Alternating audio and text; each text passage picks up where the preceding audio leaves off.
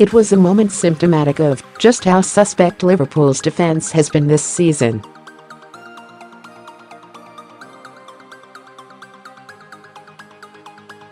Newcastle United's Joselu, a decent striker, but not one of huge repute, darted straight through the Reds' off-centre to take points off Jurgen Klopp's side at St James Park.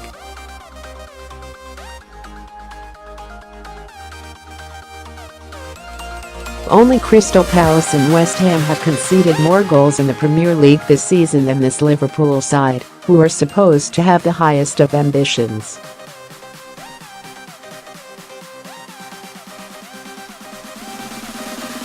Instead, their defence is leaving an otherwise potent side looking short of what is needed to challenge for honours.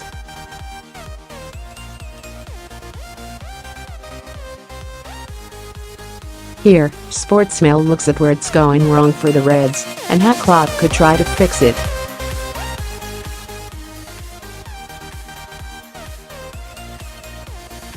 Why is their defending so bad? Conceding 20 goals in the opening 2 months of the season shows the difficulties Liverpool have had so far, and their backline has been far from convincing.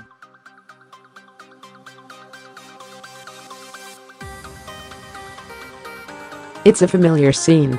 They haven't kept a clean sheet since beating Arsenal in August, and, on Sunday, their hopes of ending that unfortunate run were undone by one of the season's more embarrassing concessions.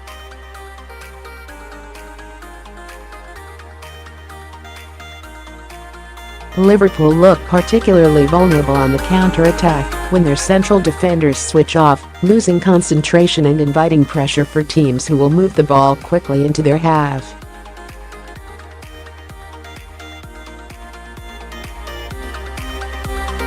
On the left, Alberto Moreno is perhaps the poster boy for it all, a player who has looked frail in defence, excluded by Klopp in favour of a midfielder for much of last season, but now back in a key role, and with more focus on attacking than going the other way.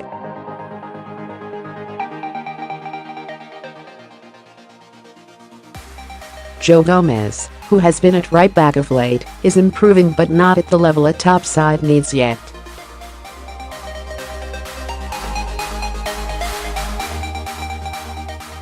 Andrew Robertson, a summer arrival from Hull City, is gradually being eased into action.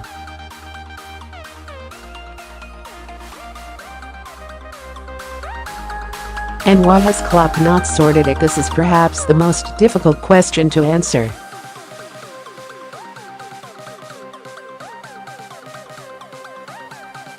Klopp courted Southampton's Virgil van Dijk this summer in a failed pursuit, but then deemed other targets to not be worth following up on.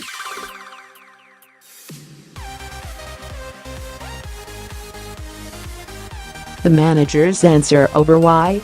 We watched all of them 500 million times, Klopp said last month.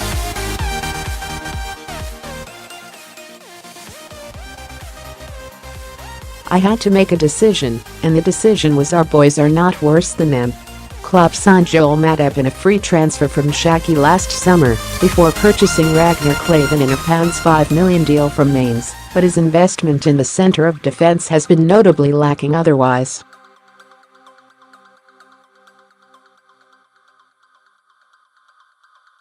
For now, the German seems to believe that there were not better options than the ones he already has on the market this summer.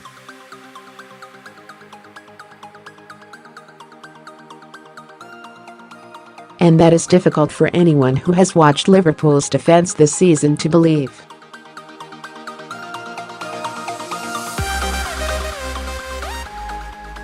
Who are the main culprits on the pitch? Individual errors have been costly for Liverpool, most notably in the centre of defence.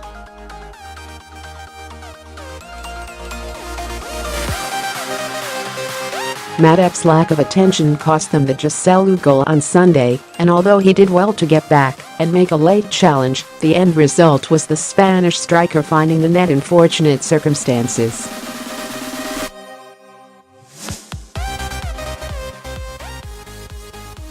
Dejan, who says he is taking painkillers to get through each game, has also often been found out with alarming regularity, and Klavan is not a regularly viable replacement either.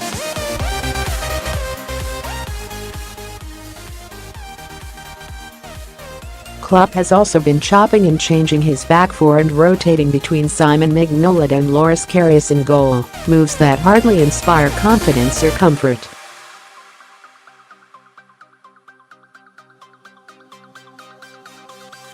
Off the field, the much-maligned Anfield Transfer Committee and Klopp should shoulder the blame for a lack of serious recruitment.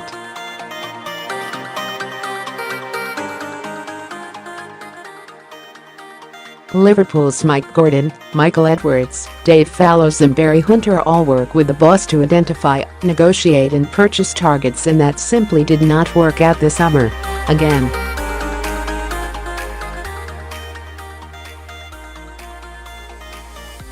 What alternatives are there? Klopp appears to have indicated the defensive issues come from the way Liverpool are set up to attack, but don't expect him to change his ways in that department just yet.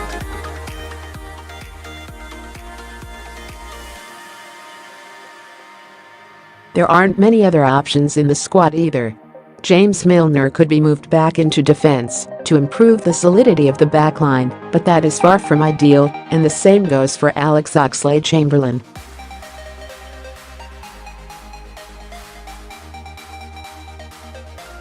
Trent Alexander-Arnold has impressed in bits and pieces, but relying on an 18-year-old fullback to transform this mess would be absurd.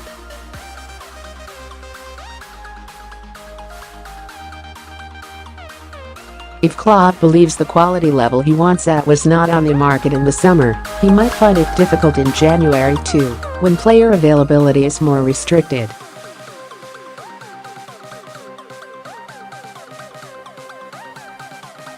So who have Liverpool got working with the defenders usually?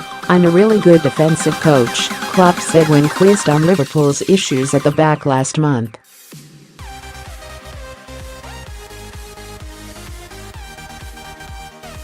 But all too often his side have been undone at set pieces, or in the face of a direct attacking threat spooking their backline into mistakes.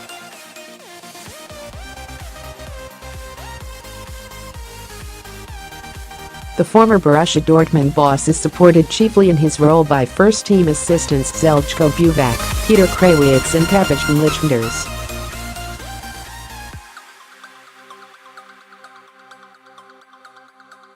Krawietz, a former video analyst from when Klopp was a player at Mainz, is the tactical string puller at Anfield, and is said to provide constant suggestions, amendments and advice for improvement.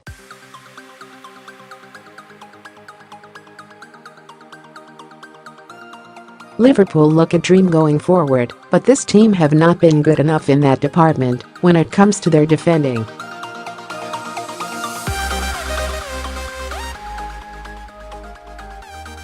On the transfer committee, Gordon and Edwards deal with the role of identifying targets and seemingly could not provide Klopp and company with options they were happy with in this summer.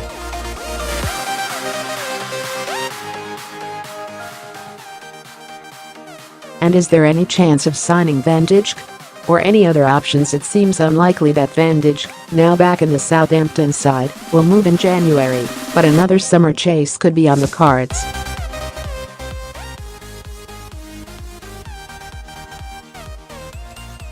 The winter window looks a difficult time to shop at the level Klopp is looking for, so it could be a long wait until Liverpool see significant improvements at the back.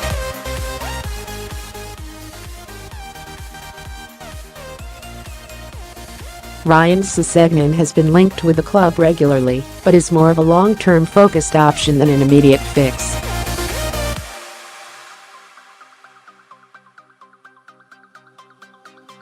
New targets are needed.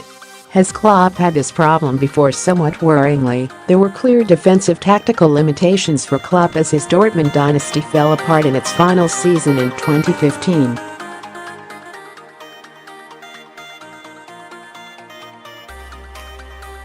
His defense became prone to individual errors under pressure at times, and they failed to find a way to adapt to improve on the issue.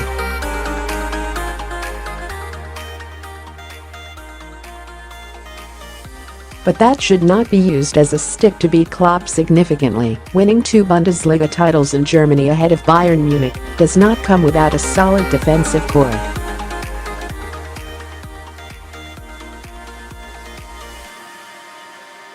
With the right personnel, he has shown an ability to find solidity in this department.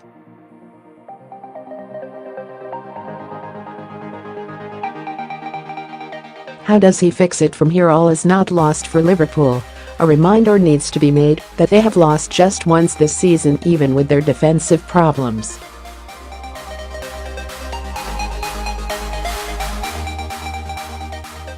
But Klopp certainly needs to sort something out if they are to be serious challengers for major titles, most notably in the Premier League.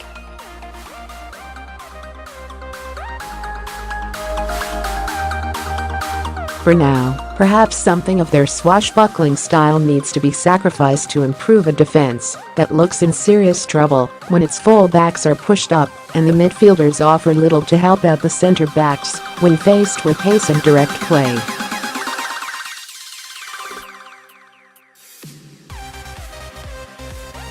Beyond that, the need for recruitment is obvious. Whether it comes from splashing the cash on Bandage or elsewhere, Klopp needs more quality to make Liverpool contenders.